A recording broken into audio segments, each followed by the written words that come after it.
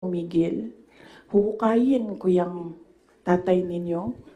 Itatapon ko siya sa West Philippine Sea. Sinabihan ko si Senator Amy. Sa security ko kasi may kinausap na ako na tao. Sinabi ko sa kanya, kapag pinatay ako, patayin mo si BBM, si Lisa Araneta, at si Martin Romualdez. No joke.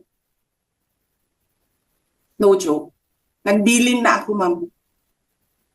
Pag namatay ako, sabi ko, huwag ka tumigil hanggang hindi mo mapatay sila.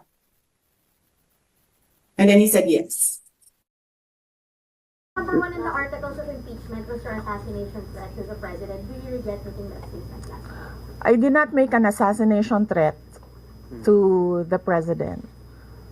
Sila lang nagsasabi niyan. Sila lang nagsasabi may assassination. Sila nagsasabi may assassin, may gunman. Next, Fuji TV. Not say that. Sola.